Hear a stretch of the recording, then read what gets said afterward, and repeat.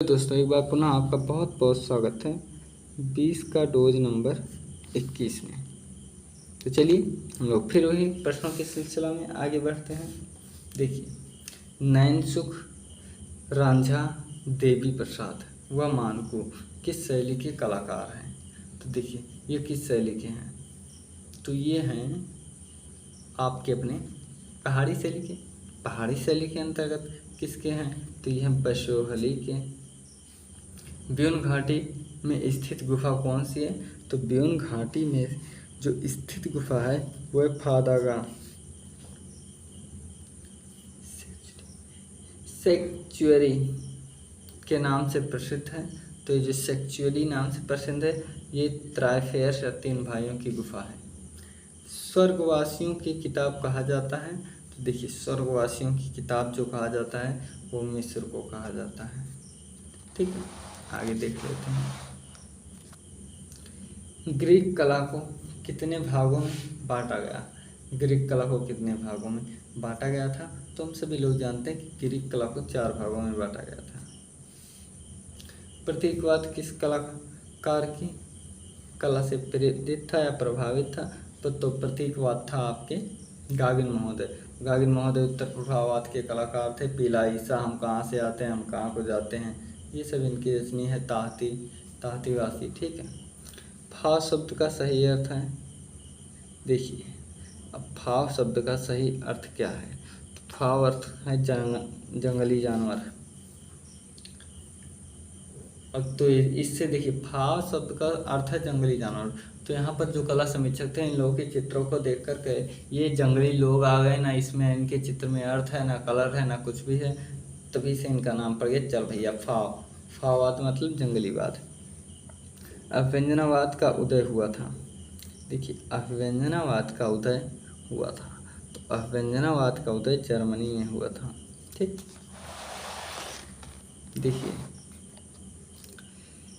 Negro काल का संबंध है पिकासो से, क्योंकि ब्लू पीरियड, पिंक पीरियड और निग्रो ये माना जाता है पिकासो के। यूरोप में अति यथार्थवाद का उदय हुआ था। कब हुआ था? 1924 में अति यथार्थवाद का घोषणा पत्र दिया गया था। अवचेतन मन की स्थिति पर आधारित आंदोलन कौन सा है? तो जब चेतन अवचेतन की बात आएगी, अति यथार्थवाद, आँख मूंद के मार देना, सलाडोर डाली इसके सबसे प्रमुख कलाकारों में से होंगे। 12 नंबर। देखिए, घनवाद से प्रेरित किरणवाद के प्रवर्तक कौन हैं?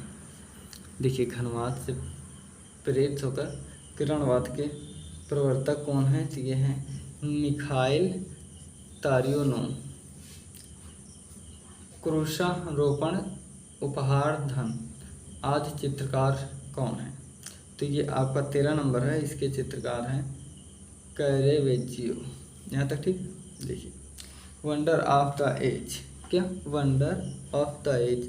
फ्लोरेंस के निवासी किस कलाकार को कहा जाता है वंडर ऑफ द एज? तो ये कहा जाता है लियोनार्डो दा विंची को। भारत में किसे कहा जाता है? राजा रवि वर्मा को। ठीक।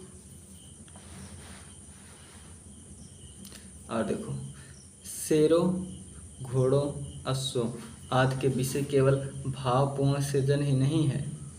यह किसने कहा था? तो ये कहे थे आपके देलाकर, रोमांसवाद के कलाकार हैं।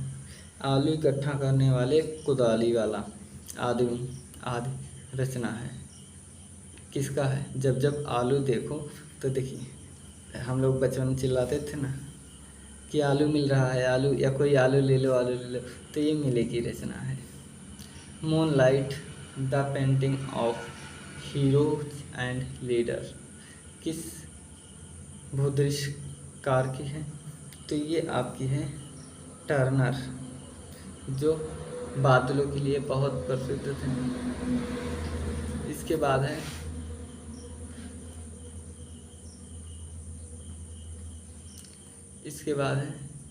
एब्सिथ पीने वाला जॉर्ज मूर का पोर्ट्रेट।